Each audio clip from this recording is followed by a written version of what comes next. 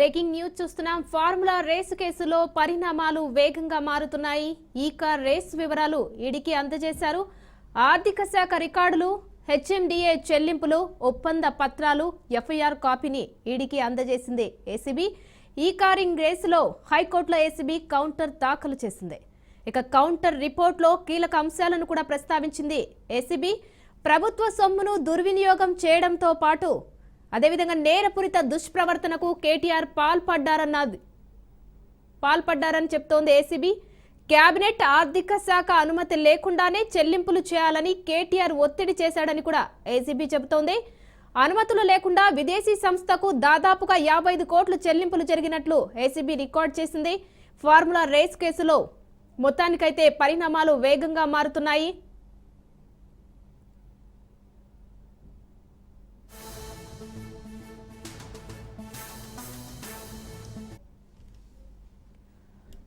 Formula ఈ car racing కేసులో పరిణామాలు వేగంగా మారుతున్నాయి. ప్రస్తుతం ఈ కారు రేసు కేసు వివరాలను ఏసీబీ ఈడీకి అందజేసింది. ఆర్థిక శాఖ రికార్డులు, హెచ్ఎండిఏ చెల్లింపులు, ఒప్పంద పత్రాలను, ఎఫ్ఐఆర్ కాపీని ఈడీకి అందజేసింది ఏసీబీ.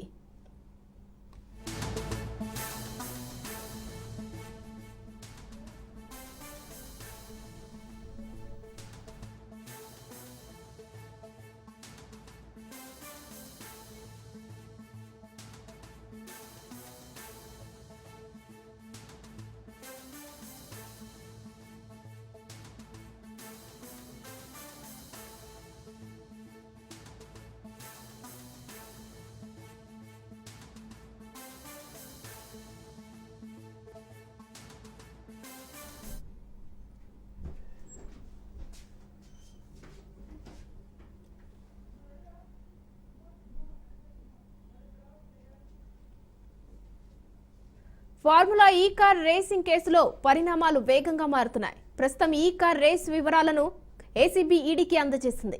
ఆర్థిక శాఖ రికార్డులు, హెచ్ఎండిఏ చెల్లింపులు, ఒప్పంద పత్రాలను, ఎఫ్ఐఆర్ కాపీని ఈడీకి అందజేసింది ఏసీబీ.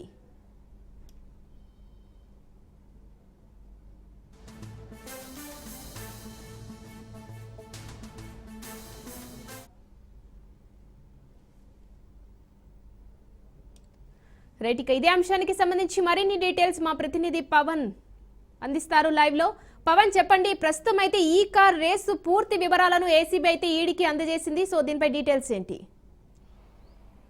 ఫార్ములా ఈ కార్ రేస్ సంబంధించి కేసు దర్యాప్తు ముమ్మరం చేస్తున్నారు. ఒకవైపు ఏసీపీ అధికారులు కావచ్చు, మరోవైపు ఈడీ అధికారులు ఈ కేసుకు సంబంధించి దర్యాప్తు కూడా వేగవంతం చేశారు. అయితే తాజాగా చూస్తే మాత్రము ఫార్ములా ఈ కార్ రేసుకు సంబంధించిన పూర్తి అప్డేట్స్ని కూడా ఏసీబీ అధికారులు ఈడీకి కూడా అందించారు. అన్ని ఫైల్స్తో పాటు ఎఫ్ఐఆర్ సంబంధించిన దాని కాపీని కూడా ఈడీ అధికారులకు కూడా ఏసీబీ అధికారులు సమర్పించారు. అయితే ఇందులో చూస్తే మాత్రము ఆర్థిక శాఖ రికార్డ్స్ కావచ్చు, హెచ్ఎండిఏ చెల్లింపుల వివరాలు కావచ్చు, హెచ్ఎండిఏ చేసుకున్న ఒప్పంద పత్రాలకు సంబంధించి వీటన్నిటిని కూడా ఇప్పటికే ఈడీ అధికారులు కూడా ఏసీబీ అధికారులు అందించారు. మొత్తానికి చూస్తే దీనిపైన ఏసీబీ అధికారులు హైకోర్టులో కూడా కౌంటర్ కూడా దాఖలు చేశారు. ఎందుకంటే ముఖ్యంగా కౌంటర్లో కొన్ని చాలా కీలకమైన ప్రస్తావన కూడా ఏసీబీ అధికారులు కూడా చేశారు.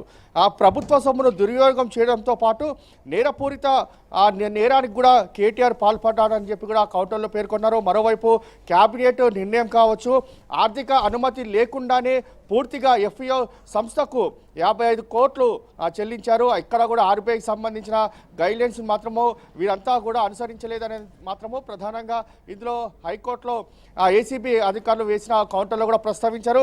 మరోవైపు చూస్తే మాత్రము అసంబద్ధమైన కారణాలు చూపి కేసును కొట్టివేయాలనడం సరైనది కాదు, కేటీఆర్ సంబంధించిన వేసిన పిటిషన్ అర్హత లేదని చెప్పి కూడా ప్రధానంగా ఇటు ఏసీబీ అధికారులు కూడా హైకోర్టులో యొక్క పిటిషన్ సంబంధించిన నేపథ్యంలో కూడా వారు పేర్కొన్న పరిస్థితి చూస్తున్నాము.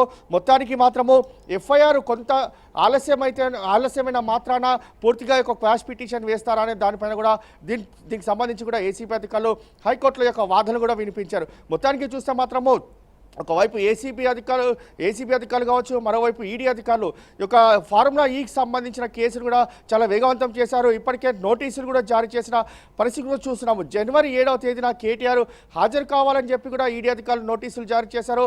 మరోవైపు చూస్తే ఐఏఎస్ అధికారి యొక్క అరవింద్ కుమార్, అంతేకాకుండా హెచ్ఎండిఏ చీఫ్గా ఉన్న బిఎల్ఎన్ రెడ్డి కూడా జనవరి 2-3 తేదీల్లో కూడా హాజరు కావాలి. హాజరైన నేపథ్యంలో పూర్తిగా డాక్యుమెంట్స్ అన్నీ కూడా తీసుకురావాలి. ఎప్పుడైతే దీనికి సంబంధించి ఫార్ములా ఈ కారుకి సంబంధించిన 55 కోట్లు చెల్లించారో ఆ చెల్లింపులకు అధికంగా హెచ్ఎండిఏ కూడా 8 కోట్ల రూపాయలు భారం పడిందని చెప్పి కూడా ఇప్పటికే దీనికి సంబంధించి అన్ని ప్రస్తావన కూడా ఏసీబీ అధికారులు కూడా ఈడీ అధికారులు కూడా సమర్పించిన పరిస్థితి కూడా చూస్తున్నాము. మొత్తానికి ఓవరాల్గా చూస్తే మాత్రము హైకోర్టులో ఏసీబీ అధికారులు యొక్క కౌంటర్లో మాత్రం తీవ్రమైన ప్రస్తావన కూడా తీసుకొచ్చారు. కేటీఆర్ ఇందులో చాలా నేరపూరితమైన దీనికి పాల్పడ్డాడు. అంతేకాకుండా అతను ఎలాంటి క్యాబినెట్ అనుమతి కావచ్చు, ఆర్బీఐ గైడ్లైన్స్ లేకుండానే 55 కోట్లు అప్పనంగా ఎఫ్ఈఓ సంస్థకు అప్పచెప్పారని మాత్రము ప్రధానంగా ఏసీబీ అధికారులు ఇందులో అభియోగాలు కూడా మోపారు. అయితే దీనికి సంబంధించి ఏసీబీ అధికారులకు ఇప్పటికే కౌంటర్తో పాటు దీనికి సంబంధించి 31 తేదీ వరకు కేటీఆర్ అరెస్టు చేయొద్దని చెప్పి కూడా మధ్యంతర ఉత్తర్వులు జారీ చేసిన నేపథ్యంలో జనవరి 1వ తేదీ తర్వాత ఏసీబీ అధికారులు ఎప్పుడైనా నోటీసులు జారీ చేసిన దాని తర్వాత వారిని పూర్తిగా ప్రశ్నిస్తారు. దాని తర్వాత దీనికి సంబంధించి ఒకవేళ ఇందులో ఇన్వాల్వ్మెంట్ ఉంటే మాత్రం ఖచ్చితంగా అరెస్ట్ చేసే అవకాశం కూడా కనిపిస్తుంది.